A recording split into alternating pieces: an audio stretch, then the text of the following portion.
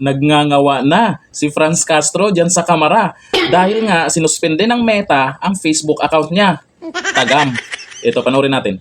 Yung aking Facebook account o yung Meta account ay sinuspend ako ng 180 days dahil dito sa rason na to, impersonation. Sa post ng ACT Teacher Party List, dinagsa umano ng troll accounts at fake news ang page ni Castro, kaya hinala ng grupo, sinadya ang suspensyon para mapatahimik ang grupong nagsusulong ng impeachment laban sa vice-presidente. Share dun sa Google, no? It is an act attempting to deceive someone by pretending that you are not or that you are another person or false representation by one person that he is another or occupies another position. So ganun po yung definition niyo, no, sa Google na impersonation. So Mr. Chair, sa aming pong spam and deceptive practices, nakalista po dito spam, deceptive practices, and scams policies. Number 2, impersonation policy. So meron po kaming explicit na polisiya po against impersonation. okay, paano niyo po nadidetermine na merong violation on impersonation? So ito ba using lang yung mga trolls na nagre-report ng sabay-sabay o nag-i-inform sa inyo ng sabay-sabay? Kasi ganyan po yung experience na hindi naman kayo, no? Kaya Mr. Chair, sa Facebook kasi ito tsaka sa Meta. Kaya gusto kong nandito sana yung Facebook. Ano daw? Sabi ni Franz Castro, gusto niya nandyan yung Facebook or yung Meta? Anong dahilan? Para kailangan nandyan sa kamera? Dahil doon sa pagkasuspende ng Facebook account niya? Aba, kalakas mo naman, Franz Castro. Hindi mo ba alam, Franz Castro, ang daming natuwa na mga kababayan natin na nasuspende yung Facebook account mo? At hindi lang yan, hindi pa nga sila kontento. Dapat nga, hindi na daw maibalik. Kahit saan pong balita or sa page namin o sa page po ng mga media, ay ganun po ang mga komento. Kaya ikaw, tumakbo kang senador. Siyempre, kung tumakbo kang senador, national election, kung ano yung gusto ng karamihan, susundin mo. Yung gusto nila, hindi na maibalik yung Facebook account mo. Sundin mo na. Baka manalo ka pa. And Meta, kasi Mr. Chair, 180 days suspended yung aking Facebook account ng Meta dahil sa impersonation. So kaya gusto kong malaman din sa Google kung ano yung ibig sabihin nun. So, ayun po, Mr. Chair, ano ba yung definition ninyo yan? Kasi yung kung ganun din ba sa definition ninyo doon sa Meta? Kasi wala namang misrepresentation, I think, doon sa aking account. No, kaya Mr. Chair, imbitahin natin talaga dito yung Meta at saka yung Facebook. So, Attorney Gonzales, so ano po yung sabi niyo po, sinasabi ko kanina, no, yung impersonation on your platform, how would you define that po? Mr. Chair, ito po, basahin ko po yung impersonation policy, Mr. Chair. Content intended to impersonate a person or channel is not allowed on YouTube. YouTube also enforces trademark holder rights. When a channel or content in the channel causes confusion about the source of goods and services advertised, it may not be allowed. So, meron pong mga example po. Okay, can you give us example? Don't post content on YouTube if it fits any of the descriptions noted below. Channel impersonation. A channel that copies another channel's profile, background, or overall look and feel in such a way that it makes it look like someone else's channel. The channel does not have to be 100% identical as long as the intent is clear to copy the other channel. Another example po, Mr. Chair. Personal impersonation. Content intended to look like someone else is posting it. Okay. So, ako kasi tingin ko wala akong binabiolate doon sa ganyang definition nyo at kahit na definition in general. So, dahil sinasabi niya, Mr. Chair, na dinidetermine ito ng AI, yung impersonation, di ba kasama yan doon? So kapag merong nag-mass report niyan o mga troll farms na nag-mass report yan, automatic ba tinatanggal niyo yung channel? Or do you still have to investigate? Opo, Mr. Chair, sa klaruhin ko lang po, sa YouTube po, hindi po factor yung dami po ng nagre-report. Kahit isang tao lang po mag-report, mare-review po yung content. And then to your question po, kung automatic po bang tinatanggal, for certain types of content, kunyari po, child sexual abuse content, automatic na po tatanggalin nyo. Hindi na po kailangan na may mag-usap-usapan pa po doon. Pero meron po tayo, na lang tayo sa impersonation. yung po sa mga ganyan pong impersonation, dahil napaka-importante po dyan yung konteksto, napaka-importante po dyan yung history, napaka-importante po dyan yung is it satire, is it, yung mga ganun po. So, higher likelihood po yan po yung merong human intervention na kailangan pong reviewin at pag-usapan dahil nga po pagdating sa impersonation, meron po Yung clear proof. cut, meron pong may kailangan ng konteksto po. Okay. So that's the thing na naintindihan ko na yung sa YouTube. So, yun lang po, Mr. Chair, kay Mr. Gonzales. Niraise ko lang ito, Mr. Chair, dahil meron talaga ako tanong dahil sa Facebook. Pero niyo po, Mr. Chair, yung aking channel, not channel, yung aking Facebook account o yung Meta account, ay sinuspend ako ng 180 days dahil dito sa rason na to, impersonation. So wala naman akong inaano doon na impersonate or I am pretending na ibang tao kasi everyday experience ko na yun nandoon. So yun na po, inquiry lang Mr. Chair kung ano na po ba yung status nung invitation natin sa Facebook or sa Meta. Kasi sinasabi rito, ang imbitahin natin ay yung Meta Platforms Incorporated, One Meta Way, Menlo Park, dito sa may California. So ano po bang ibig sabihin nun? So, di ba sila pwedeng magpaliwanag dito? At least man lang itong nagbigay sa atin ng sulat na ito. Dahil alam ko po pag merong nagrereklamo sa kanila na ganito, at ako magrereklamo ko, doon sa ginawa nilang pag-suspend ng aking account na 180 days, so biro yun, kalahating taon, suspended ako dahil sa impersonation. So gusto ko silang magpaliwanag kasi wala namang due process eh. Hindi nila ako binigyan ng rason bakit nila sinuspend yung aking account, Mr. Chair. So ano po ba yung status ng invitation natin sa kanila? Well, the two mentioned social media platforms sent their excuse. Yun po yung we will tackle that during the time that we will shall we say tackle administrative proceedings in so far. That's why the reason why we're doing that is that we still do not have a quorum, Your Honor. So we can take that matter later when the committee secretary will inform the chair kung meron na po tayong quorum. Thank you. Sige. Do you have any other question to Attorney Gonzales? So wala na po. Okay na.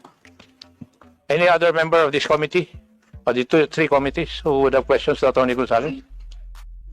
Attorney, you're excused for the day. You can attend your next meeting. Thank you for coming. Thank you, Mr. Chair. Thank you.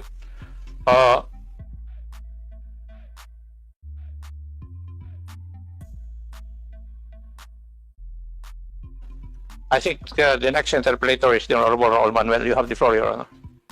Thank you, Mr. Chair. Before I proceed sa isa kong point, address sana sa mga inimbitahan nating social media personalities. Nilation lang dun sa West Philippine Sea, Mr. Chair, kasi ngayon nga, dahil umiinit ang issue na yan, meron talagang labanan ng iba't ibang mga naratibo coming from both sides. Meron din, Mr. Chair, sa bahagi naman ng mga ang gustong tahakin na ay yung primary way para ma-resolve yung issue ay along the lines of provoking war in the area. In fact, Mr. Chair, sa Facebook, meron ding mga kumakalat na pag-shape ng opinion ng mga tao gamit ang AI-generated content. Merong isang Facebook page, Mr. Chair, ang pangalan ay Key to Good Luck, na nagpo-post ng mga AI-generated na mga picture na merong mga sea-based war ships and iba't ibang mga kagamitang pandigma na nakalagay ay mga flag ng Pilipinas tsaka ng US na bagamat distorted pero para sa mga ordinaryo nating kababayan na pwedeng maabot ng mga ganito, pwedeng yun yung ma-hype up sa kanila na sentimento na kara-karaka ay makipagdigma na tayo para sa West Philippine Sea. Ito, Mr. Chair, yung ilan sa mga examples, ayan, pwede kong isend sa ating secretariat for reference, pero halimbawa yung isang AI-generated photo, Mr. Chair, merong 27,000 reactions, may likes, hearts, meron ding haha-react, pero yun, pwedeng kasama na rin dito yung mga fake accounts or posibleng mga bots para lang tumaas, kunwari, yung statistics ng ganitong mga post. Meron din, Mr. Chair, ay nasa 900 reactions. Ito naman, 4.4 thousand reactions. Parang distorted na flags pero ang gustong i-portray flags ng US tsaka ng Pilipinas. So, ganun kadelikado, Mr. Chair, kapag yan, left unchecked na yung ganitong mga pag-abuso ng artificial intelligence, lalo na sa ganitong issue na dapat mas lumalim ang kaalaman ng ating mga kababayan. So, on another topic, Mr. Chair, gusto ko po sanang matanong kung present po sina Trixie Cruz Angeles, tsaka Ahmed Paglinawan. Are they present sa ating panel ng mga resource persons? Comsec, kindly answer the query of the Honorable Manuel.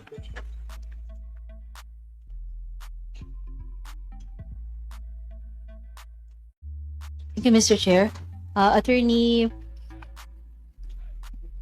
Mr. Ahmed Paglinawan and Attorney Trixie Angeles Cruz are not present today, sir. Okay, Mr. Chair, kaya ko po sila gusto sanang matanong dahil meron din pong Facebook page. Ang tawag naman ay Luminous by Trixie Cruz Angeles and Ahmed Paglinawan. Kaya I would assume na sila ang nagpapagana at nagpo-produce ng content sa Facebook page na ito. At kaya ko pa na-raise, Mr. Chair, dahil meron po silang iba't iba mga post, pero kung meron ilan dyan na loaded na talaga ng disinformation at meron pang ang red tagging din, Mr. Chair. Meron po silang public post noong February 5 na ang nakalagay po, I'd like to quote some of the parts, sabi dito, Mr. Chair, Doc Lorene's account has been taken down. This was her last post. Tapos merong ilang mga parts doon, Mr. Chair, gusto kong i-quote din. We are now a communist state. The Philippines, our beloved country, is now being run by the CPP, NPA, NDF, who work in the shadows and who thrive when weak and corrupt leaders hold the reins of political power. At yung gasgas din na narrative, Mr. Chair, na tayong mga kinatawan ng Makabayang Coalition ay bahagi daw ng mga ganong grupo. And nandito rin, Mr. Chair, and I quote, had the 38 bloggers gone to Congress yesterday, they would now be in jail. We were told this was the plan. A plan no doubt hatched by the Central Committee of the CPP, NPA, NDF and handed down to their slaves in Congress, Franz Castro, Arlene Brosas, Raul Manuel, who then nudged their weak and greedy colleagues towards that direction. Tas mas mahaba pa, Mr. Chair. Why am I raising this? Kasi, Mr. Chair, I also feel that these people, inimbitahan sila dito para magpaliwanag, matanong din natin, makuha yung kanilang mga sentimento, pero hindi sila dumalo. Tapos, Mr. Chair, even recently ay nandyan pa rin ang kanilang pagpapakalat ng ganitong mga remarks na ang nilalaman ay red tagging na actually ay nakabatay din no, sa mga hindi naman talaga mapapatunayang mga punto. In fact, Mr. Chair, by saying this, na ang gobyerno daw natin ay pinapatakbo na ng CPP, NPA, NDF, that actually raises the question, so hindi ba naging effective ang National Task Force LCAC? Kasi ang sabi ng National Task Force LCAC, mawawipe out na ang CPP, tsaka yung NPA. Tapos, actually, Mr. Chair, by also claiming na ganun yung gobyerno natin ngayon, nire-retag din yung ating mga institusyon, yung Kongreso at yung iba't ibang branches ng government. So, ibig sabihin, para lang siyang nakakatawa, pero sa totoo lang, kung hayaan natin yung mga ganito, pwedeng umugat din ang ganitong mga kaisipan sa mga kababayan natin. Kaya, I would expect na humarap ang ganitong mga tao, sina Trixie Cruz Angeles, Ahmed Paglinawan, tsaka yung kinvote din po nila sa post na ito, na edi kung ganon, the quoted post of Lorraine Badoy Partosa, it means they echo the sentiments of that person. Ito kay Raul Manuel, kailan kaya masuspinde yung Facebook account niya? No? Marami na namang matutuwa niyan kung ganun yung mangyari, di ba? Kasi ngayon, dyan kay Franz Castro, maraming natutuwa. Ano ba ang naiambag na ito? Tumakbong senador, pero ang lagi niyang ngaw-ngaw dyan, Duterte. Laging galit sa mga Duterte. Kailangan daw ng teacher sa Senado. Di nga. Yan pa talaga yung pinaglalaban mo, teacher sa Senado. Ang sabi ng iba, hindi dapat sa Senado ka maging teacher. Doon sa Oblo. Bakit nga ba hindi pa nakakulong ito, no? Ako'y nagtatanong lang. Maraming nagtatanong, kamo. Kahit si Bato de la Rosa, tinanong din sa kanya, harap-harapan. Bakit nga ba? Sabi ng iba, malakas daw. Kanino ba malakas? Sana all malakas. Ganun pala ngayon, no? Palakasan. Pag malakas ka, hindi ka talaga makukulong. Ganun ba yun ngayon? Grabe naman. Sana all bagong Pilipinas. At yun po, kailan kaya maibalik yung Facebook niya? Dahil nasuspindi ng Meta. Ay, Franz Castro, hindi lang naman ikaw ang nakaranas niyan. Ngayon, first time mo siguro naranasan, kaya nagpuputakti ka dyan sa Kongreso. Yung iba nga, marami pa, may mga vlogger pa nga ako, naranasan ko yan. Pero napatunayan na malinis naman yung account natin na ibalik agad after 24 hours. Kaya ikaw, Franz Castro, huwag ka na mag-iiyak dyan. Para sa amin yung Facebook account mo. Pagbigyan mo na yung mas nakakarami na natutuwa na nangyari. Malay mo. 'Di ba? Ganun, 'di ba? Ganun naman talaga pag tumakbo kang sa pagka senador, congressman o kung anumang posisyon sa gobyerno. Sabayan mo yung gusto ng taong bayan, yung mas marami. Kasi kung sasabayan mo yung kakaunti lang, paano ka manalo? Kasi kailangan ng maraming boto, 'di ba? Eh yung marami ay yun ang gustong mangyari, sundin mo na. Ang tanong dito, kailan kaya maibalik ang Facebook account niya? Pero para sa akin, sa tingin ko, after 24 hours maibalik din yan, yung Facebook account niya. Pero sana wag na lang, no? Ganito na, thank you.